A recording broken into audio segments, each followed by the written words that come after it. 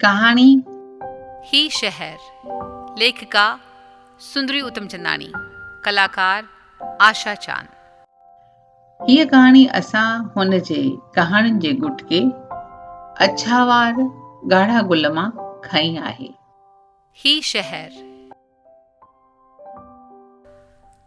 बाहूं पथर ते रखी चूड़ा पे भगाऊंसि। पुशू मूंखे साड़ी खां छिके ॿाहिरि वठी आई। इच त हली मम्मी। ॾिठमि ऐं नज़र धुंधली थी वई।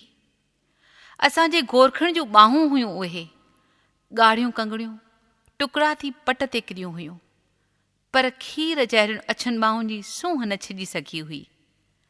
संदसि माइटाणीअ नक जे विचीअ पापड़ीअ वारो बूलो कढण लाइ चयुसि। सुॼल नंढियुनि नेपाली अखियुनि विच में ठाहूको नक ऐं नक जे विचीं पापड़ीअ में ई बूलो, ॼण सोने ते सुहागो। पर सुहाग वियो त सोन बि लथो। ॿुसो मुंहुं, कोड़े कपिड़े में वेढ़ियल 20 वरियनि जो चंड जहिड़ो सोनो तन, बसि गूंगो पई हारे। छो थी लूए मम्मी? जवाब उकले ई न। ॿार खे कोई छा ॿुधाए? पर आवाज़ संदसि गौरो, जहिड़ो छुलण लाइ आतो बादल। अखियूं उघी चयमि, गोरखो मरी वियो। हाँ, गोरखो मरी वियो? कीअं कीअं कीअं मरी वियो मम्मी? ऐं पुशू मुंहिंजे टंगुनि खे चंबड़ी सुॾकण लॻी। कल्ह जंहिं वक़्तु गोरखे जे रेल हेठां चिपजी वञण जी ख़बर आई, तंहिं वक़्तु पुशू अञा बाल मंदर में हुई। उन महिल खां वठी बसि गोरखे जा हिन जाइ सां लॻाव वारा नज़ारा ई मुंहिंजे अखियुनि अॻियां फिरंदा रहिया आहिनि।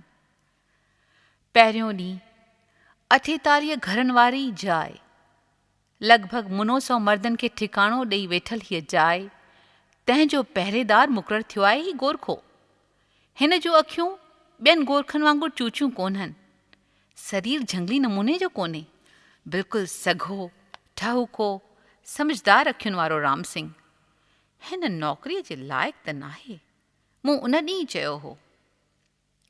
ऐं हिकु ॾींहुं नलकनि में पाणी न पियो चढ़े, म्यूनिसिपालिटी घटि पाणी ॾिनो हो। बसि हिकु फ्लैट मां गोरखे ते वठ थी वई। जवाबु ॾिनई, टांकीअ में पाणी कोन्हे। ॿीणी वठ थी चए, साम्हूं जवाबु छो ॾिने? हिकु मर्द उलड़ करे आयो, चए ज़ाल ज़ात सां बड़बड़ छो कए? मां खिलियसि, भला ज़ाल ज़ात गोरखे जॾहिं मर्द माण्हूअ खे छो चवे, साम्हूं जवाबु थो ॾी? गोरखो बि त इंसान आहे, कंहिंजो भाउ आहे, कंहिंजो पीउ आहे, लेकिन बम्बईअ में हू फ़क़ति गोरखो आहे। बम्बई जा माण्हू हू फ़क़ति एतिरो ॼाणनि था त गोरखो पघारदार नौकर आहे। पर गोरखे हिक भेरे कोशिशि कई त फ्लैटनि में रहंदड़ माण्हुनि खे सम्झाए त हू जंहिं लहज़े में असभ्य नमूने सां साणस पेश अचनि था, सो ठीकु नाहे। बसि असुल हद थी वई। उन सभ्य इंसान हमको सिखाता है चई जो अखियूं फूटारे जो अची मुकूं ऐं घूसा आयसि। ॻाल्हि ॾिसण जी हुई, ॿुधण जी न। गोरखो उन खां पोइ चुप थी वियो। शायदि संदसि ज़ात वारनि सम्झायो हूंदुसि त बम्बईअ में नौकर माना ग़ुलाम, जंहिंखे ॿिनि अखियुनि हूंदे बि ॿियनि जा ॾिसणो नाहे, ॿिनि कननि हूंदे ॿियनि वांगुरु ॿुधणो नाहे। 48 घर, 1000 कम आहिनि ॿाहिरि अंदरि जा। अटो पीसाइणो आहे, कंहिंखे सामान टैक्सीअ में रखाइणो आहे, कंहिंखे बाज़ार मां गोश्त खपे, कंहिंजे ॿार खे स्कूल में छॾे अचिणो आहे। गोरखो सभु कम कंदो रहंदो, पर लॻंदो हो हू हाणे गूंगो थी वियो आहे। संदसि पघार फ़क़ति 3 वीहूं, पाण खाए या घर मोकिले। केतिरनि घरनि जो खीर आणणु शुरू कयईं। बाटलियुनि जी गोथरी कुल्हे ते, मींहुं, वाच, उस, थधि, हिन लाइ सभु हिकु जहिड़ा। उन महिल अखियुनि अॻियां अची वेंदी हुई हिमालय जे एवरेस्ट ते चढ़ाई कंदड़ तेन सिंह जी सूरत। पर राधा जे बाटलीअ जो ढकु पूरो फिट पियल न हो। रड़ करे चयईं, गोरखा, ही ठगीअ जा कम हिते न हलंदे। सादो खीरु वठी मथां उचे खीर जो ढकु लॻाए ॾिनो अथई। गोरखे जे अखियुनि मां बाहि जा उला निकिता, पर मुख संदसि बंदि। फ़क़ति राधा जो खीरु आणणु छॾे ॾिनई। राधा पिटकुट कई, मुआ ॿियनि जो खीरु वठी ईंदे, मुंहिंजो न। छो? ॾिस त कीअं थी इहा खीरु आणण जी मोकल बंदि कराए। तोखे पहिरे लाइ रखियो अथऊं की न खीरु आणण लाइ? अजीब ॻाल्हि हुई। राधा खे 12 महीननि खां पोइ इहा ॻाल्हि ध्यान में आई हुई त गोरखे खे पहिरे लाइ रखियो वियो हो। गोरखे राधा खे त जवाबु कोन ॾिनो, पर भरवारीअ जे नौकर सां मन ठारियईं। चए, खीर जा ढक ई बदिलाइणा हुआ त ॻोठ में डाकू बणिजी राह में कीन लिकी विया हा। ॻोठ में असांखे छा न आहे? वॾो शाही घर, 2 ज़ालूं, 1 ॿार, माउ पीउ, सभु कुझु त आहे। रुगो पैसे लाइ था अचूं हिते। ऐं हिकु नंढड़ो पत्थर खणी ज़मीन ते ठकाउ करे छॾियईं। साॻियो गोरखो बंबूअ जे छिडी मड़ियल खट ते जॻह जे विच वारे लंघ वटि वेठो आहे। संदसि गोॾनि ते ग्रंथ खुलियल आहे। पढ़े पियो, ॻाए ॻाए। कहिड़ो आहे ही ॻाइणु? सादी सिधी पर अजीब धुन आहे हिन ॻाइण में। कंहिं कॾहिं ॿुधी कान्हे। कहिड़ो आहे हिन जो संगीत? हिते हुते लहराईंदो पियो वञे। लॻे पियो कंहिं साधुअ सैन हई आहे हर हिक फ्लैट जे दर अॻियां, ऐं ॻाए पियो ही भक्ति रस सां भरपूर गीत। लॻे पियो कोई रूह अकेलो अकेलो भिटकी रहियो आहे नई सभ्यता जे घिटियुनि में, जिते माण्हू हिक ॿिए जी ॿोली की न ॼाणनि, 2 मिठा ॿोल ॿोलण जी फुर्सत की न अथनि, ऐं लियाकत बि की न अथनि। बसि इन्हनि घिटियुनि में घू घू कंदो भिटके पियो ही भक्ति गीत, दिलियुनि खे जोड़ण वारो जादू। गोरखे जो हिकु ॿियो रूप। हर कंहिं जो हुकुम मञण त सिखी वियो आहे। अॼु दोस्तनि जी मिंथ मञी शराब पी आयो आहे। अॼु हू गूंगो नाहे, अणासो ॻाल्हाए थो, अणासो खिले थो, ऐं रखी रखी रूहे पियो, कीकराए पियो। सभिनी फ्लैटनि वारनि दरनि खे कुंडा हणी अंदरां बंदि करे छॾियो आहे। ॿाहिरि रड़े पियो साॻियो रूह, अकेलो अकेलो। इंसान जे मन सां जोड़ मेल करण लाइ आतो परेशान आवाज़। फ़क़ति संदसि वेस भक्ति रस बदिरां रोदन जो आहे। ख़बर नाहे छा वञायो अथसि। दर दर ते धक हणी ॻोल्हे पियो, लेकिन सभु दर बंदि आहिनि।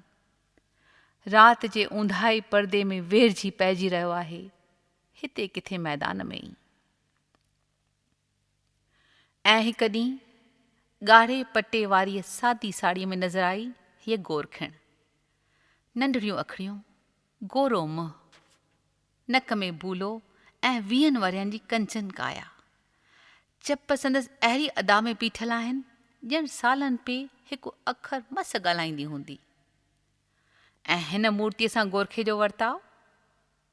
गोरखे रामायण पढ़णु छॾे ॾिनो आहे, पर मंझंदि जे वक़्तु जॾहिं अकेलाई पंहिंजे वॾीअ छठीअ अंदरि सॼे जॻह खे समेटे रखियो आहे, तॾहिं गोरखो पंहिंजे ॿोलीअ में गोरखण खे कुझु चवे थो। कुझु सम्झ में नथो अचे, पोइ बि भाव पधिरा थियो पवनि। ईअं लॻे थो ही भाव हर कंहिं ॿोलीअ में बोलबा आहिनि। चवंदा आहिनि, तोखे हिते मज़ो नथो अचे, तूं उबाणकी थी थीं? अरे थोरी हिंदी ॻाल्हाइण सिखी वठि। फिक्र न कर, मां वेठो आहियां तो वटि। अच्छा चओ भला, कंहिं शइ ते दिलि अथई? अॼु पिक्चर ते हलंदीअ? ॾिस, बाक़ी थोरो वक़्तु उबाणकी रहंदीअ, पोइ पक ई पक असांजी गोद भरबी। पुठियां मैदान में हिकिड़ी झूपड़ीअ ॾियण जो त सुभाणे ई वीचार आहे। कुझु पैसा हथ अची वञनि त तोखे नई साड़ी बि वठी ॾींदसि। हा, मां ॾिसां वेठो, तोखे हिकु ई साड़ी आहे। हिते ही चौधारी जेके बि घर आहिनि न, तिन में हर हिकु औरत पंहिंजे कॿट में 50-50 साड़ियूं रखंदी आहे। हाणे मां वधीक कमाइण जी कोशिशि कंदुसि। गोरखण पंहिंजे ॿोलीअ में कुझु चवे थी, शायदि चवे थी 50 साड़ियूं त अजायूं आहिनि, 2 हुजनि त बसि, हिकु धोइजे ॿी पाइजे। ऐं शाम जे अंधेरे खां अॻु वरी जॾहिं हूअ इन्हीअ बंबूअ जे खट ते नज़र अचे थी, तॾहिं संदसि ॿाहुनि में ॻाढ़ियूं कंगड़ियूं पियूं चिमकनि। अछुनि ताज़ियुनि तवानियुनि ॿाहुनि में ही ॻाढ़ियूं कंगड़ियूं। मासूम मुख ते लॼ ऐं मुर्क जी उस छांव। नई कुंवार, पर घर किथे? मैदान, हा, ही साॻियो मैदान। झूपड़ी ॿधिजी वई, 5 फुट ऊची, 7 फुट डिघी ऐं 6 फुट वेकरी। अंदरि रंधिणो बि आहे, बेडरूम बि आहे। 4 महिमान अची खाइनि त उन्हनि लाइ महिमान सराय बि आहे। हा, जे जीअ में सोढ़ नाहे त जाइ में सोढ़ छाजी। कीलुनि जे ॿिरनि में कोन सभु सहूलियतूं मैसर हूंदियूं आहिनि। 8हों महीनो गोरखिण अंदरि झूपड़ीअ में वेही नथी सघे, ॿाहिरि बि लुक थी लॻे। परेशान गऊ माता कॾहिं कंहिंजे दर वटि त कॾहिं कंहिंजे थले ते। कोई अवायो अची बीह रहे त मुंहुं वराए हली वञे थी हीअ सीता जी सभ्यता जी वारिस। गोरखे राति ॾींहं हिकु करे पैसा कठा कया, पत्नीअ खे इस्पताल में रखण जो बंदोबस्त बि करे आयो। मगर ही छा? जॾहिं इस्पताल मां पुटरो खणी गोरखिण घर आई, तॾहिं चोलो बि न हो बालिक लाइ। कुझु ॾींहं गंजीअ में ई गुज़रिया। राधा जी नज़र पइजी वई। सभिनी खे तपाए खईं, आहे को शर्म, हिकु हिकु चोलो ॾियोसि त बि 48 चोला थी पवनि वीचारी गोरखिण वटि। बसि सॻो सोरण जी देरि हुई, पुराणनि नवनि चोलनि जो ढेर लॻी वियो गोरखिण जे घर। गोरखो अञा बि राति ॾींहं थिए वियो। हाणे गोरखिण बि ॻाल्हाइण लॻी आहे। कंहिं वॾीअ छिप ते वेठी शाम जे थधेरीअ हवा में ॿार खे चगर बि ॾींदी त ॻाल्हियूं बि कंदसि। ॿार रखी रखी पंहिंजे पीउ जहिड़ियूं समझदार अखियूं खोले गोरखिण जूं ॻाल्हियूं ॿुधण लॻंदो आहे। मुंहं ते लॼ, धीमो आवाज़, शायदि चवंदी आहे, नानीअ खे तो यादि करीं? तूं बिल्कुलु ॾाॾीअ जहिड़ो आहीं। हा, तूं ॾाॾीअ खे तो यादि करीं। मां तोखे ॻोठु वठी हलंदसि। पहाड़नि जे गोद में आहे असांजो ॻोठु। उते असांजो झूनो घरु आहे। जॾहिं थधि सहण खां ॿाहिरि हूंदी आहे, तॾहिं सभु मिट माइट काठियुनि जी बाहि ॿारे चौधारी वेही ॻाल्हियूं कंदा आहिनि। कॾहिं मौज में भाला खणी बाहि जे चौधारी नाच बि कंदा आहिनि। तुंहिंजो दादा बि नाच कंदो आहे। ऐं मां बि मथे में खंभ ॿधी, तारी हणी, कॾहिं ॾाटो हथ में झले साहेड़ियुनि सां गॾु उहो नाच कंदी आहियां जो छा चइजे। हिते त बसि सुञ आहे। हेतिरनि माण्हुनि विच में ॼण झंग में पिया आहियूं। तुंहिंजो दादा थोरा पैसा कठा करे वठे त मोटी ॻोठु हलंदासीं। पैसा त तुंहिंजो दादा फ़ौज में भर्ती थियण सां बि ख़ूब कमाए सघे हा, पर फ़ौज वारा अक्सर मोटी कोन अचनि। असीं त ज़रूरु ॻोठु मोटी हलंदासीं। तोखे तमामु सुठो नचणु सेखारींदसि। अरे अरे, तूं त हींअर ई तो टिप ॾी। तुंहिंजा सभु अराकान पीउ जहिड़ा आहिनि।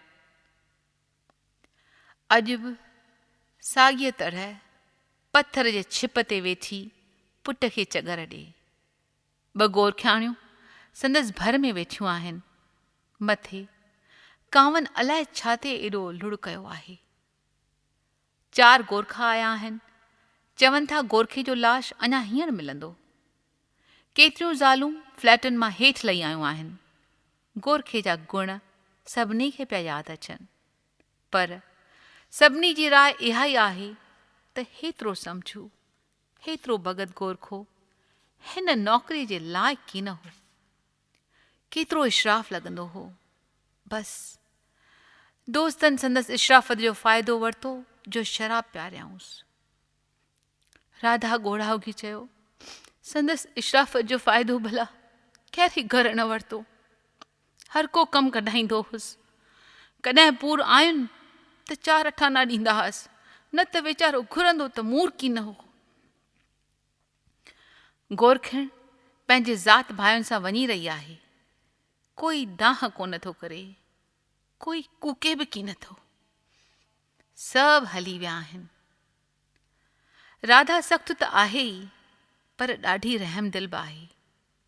सभिनी खां 5-5 रुपया वरिता अथसि।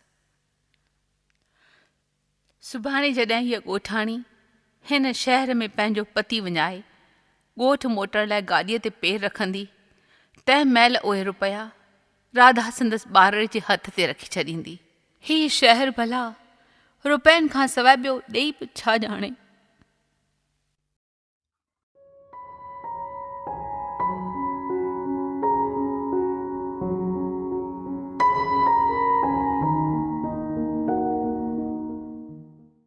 कीअं लॻी तव्हांखे हीअ कहाणी?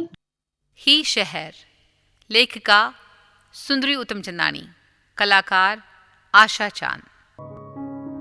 सुंदरी उतमचंदानीअ जूं ॿियूं कहाणियूं तव्हीं पढ़ी सघो था, ॿुधी सघो था हुन जे वेबसाइट www.sundariuttam.com ते।